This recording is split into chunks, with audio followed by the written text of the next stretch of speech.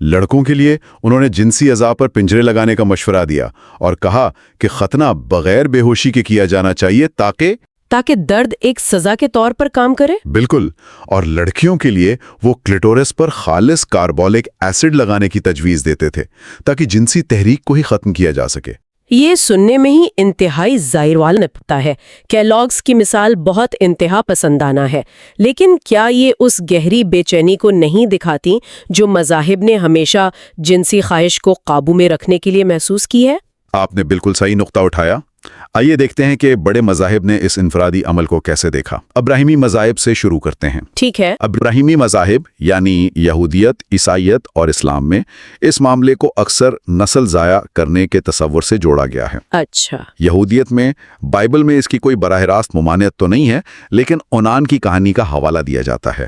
حالانکہ اونان کی کہانی دراصل کوئٹس انٹرپٹس کے بارے میں ہے، مشتزنی کے بارے میں نہیں۔ تو پھر یہ پابندی کا خیال آیا کہاں سے؟ یہ خیال آیا بعد کی ربی روایات سے، جنہوں نے مردانہ مشتزنی کو نسل کی تباہی قرار دیا۔ ان کے نزدیک یہ مستقبل میں پیدا ہونے والی ممکنہ اولاد کی زندگی لینے کے مترادف تھا۔ یہ تو بہت واضح صنفی امتیاز ہے، مطلب عورتوں کے لیے اس پر کوئی بات نہیں کی گئی؟ لیکن اسے غیر اہم سمجھا گیا۔ کیوں؟ کیا اس کی وجہ صرف حیاتیاتی تھی کہ بیج ضائع نہیں ہوتا، یا کوئی سماجی نظریہ بھی تھا؟ دونوں پہلو تھے۔ حیاتیاتی طور پر تو یہی وجہ تھی، لیکن سماجی طور پر اگر کوئی غیر شادی شدہ عورت اس عمل میں اپنی کنواریت کھو دیتی تو اس کی شدید مذمت ہوتی، لیکن اس لیے نہیں کہ اس نے مشتزنی کی، بلکہ اس شبہ کی بنا پر کہ اس نے کسی مرد کے ساتھ جنسی تعلق قائم کیا ہے۔ بالکل، شبہ کی بنیاد پر۔ اچھا، تو عیسائیت نے اس معاملے کو کیسے دیکھا؟ عیسائیت میں معاملہ اور بھی پیچیدہ ہو گیا۔ یہاں بنیادی گناہ یہ تھا کہ یہ شادی کے مقدس دائرے سے باہر ایک جنسی عمل تھا۔ لیکن بات اصل میں دلچسپ تب ہوتی ہے جب ہم تھامس ایکوائنس جیسے عالم کو دیکھتے ہیں۔ جی۔ انہوں نے اسے غیر فطری جنسی عمل قرار دیا اور اسے زنا بالجبر اور انسیسٹ یعنی محرمات سے بھی بدتر گناہ سمجھا۔ ایک منٹ، زنا بالجبر سے بھی بدتر؟ یہ بات تو ہضم کرنا مشکل ہے۔ ایک انسان کا ذاتی فعل کسی دوسرے کے خلاف پرتشدد جرم سے بدتر کیسے ہو سکتا ہے؟ ان کی منطق فطرت کے قانون پر مبنی تھی۔ ایکویناس کے مطابق جنسی عمل کا واحد فطری مقصد تولید نسل ہے۔ اچھا۔ زنا بالجبر یا انسیسٹ میں اگرچہ وہ اخلاقی طور پر انتہائی گھنونے ہیں، لیکن تولید نسل کا امکان پھر بھی موجود رہتا ہے، اس لیے وہ فطری ہیں۔ جبکہ مشت زنی میں یہ امکان سرے سے ہی ختم ہو جاتا ہے، اس لیے یہ غیر فطری ہے۔ یہ ایک ایسی منطق ہے جو آج کے دور میں سمجھنا واقعی بہت مشکل ہے۔ کیا جدید عیسائیت میں بھی یہی سوچ ہے؟ اب یہاں تقسیم نظر آتی ہے۔ کیتھولک چرچ آج بھی اس کی سختی سے مذمت کرتا ہے، لیکن بہت سے پروٹیسٹنٹ جیسے جیمز ڈابسن اسے ایک معمولی مسئلہ سمجھتے ہیں۔ لیکن حساسیت اب بھی بہت زیادہ ہے۔ بہت زیادہ۔ 1994 میں جب امریکی سرجن جنرل جوائسلن ایلڈرز نے مشت زنی کو ایک آپشن کے طور پر ذکر کیا تو قدامت پسند عیسائیوں کے شدید دباؤ پر صدر کلنٹن کو انہیں فوری طور پر برطرف کرنا پڑا۔ تو یہ آج بھی ایک بہت بڑا سماجی اور سیاسی مسئلہ ہے۔ اسلام میں اس حوالے سے کیا ہدایات ہیں؟ جی، اسلام میں بھی عمومی طور پر اسے شادی سے باہر جنسی تسکین کی وجہ سے ممنوع سمجھا جاتا ہے۔ قرآن جنسی اعضاء کی حفاظت کا حکم دیتا ہے اور حدیث میں روزہ رکھنے کی تلقین ہے۔ لیکن کیا یہاں کوئی عملیت پسندی بھی نظر آتی ہے؟ جی، یہاں ایک دلچسپ فقہی بحث موجود ہے۔ کچھ سنی علماء اس بات کی اجازت دیتے ہیں کہ اگر کسی کو زنا جیسے بڑے گناہ میں پڑنے کا شدید خطرہ ہو تو وہ اس سے بچنے کے لیے مشتثنی کر سکتا ہے، یعنی بڑے گناہ سے بچنے کے لیے چھوٹے گناہ کی اجازت۔ یہ ایک اہم نقطہ ہے۔ اچھا، اگر ہم مشرق کی طرف دیکھیں تو تصویر شاید کچھ مختلف نظر آتی ہے۔ بدھ مت اور ہندو مت کا کیا نظریہ ہے؟ بدھ مت چونکہ ہر قسم کی خواہش سے لا تعلقی کو ضروری سمجھتا ہے، اس لیے مشت زنی کو بھی ناپسندیدہ سمجھا جاتا ہے۔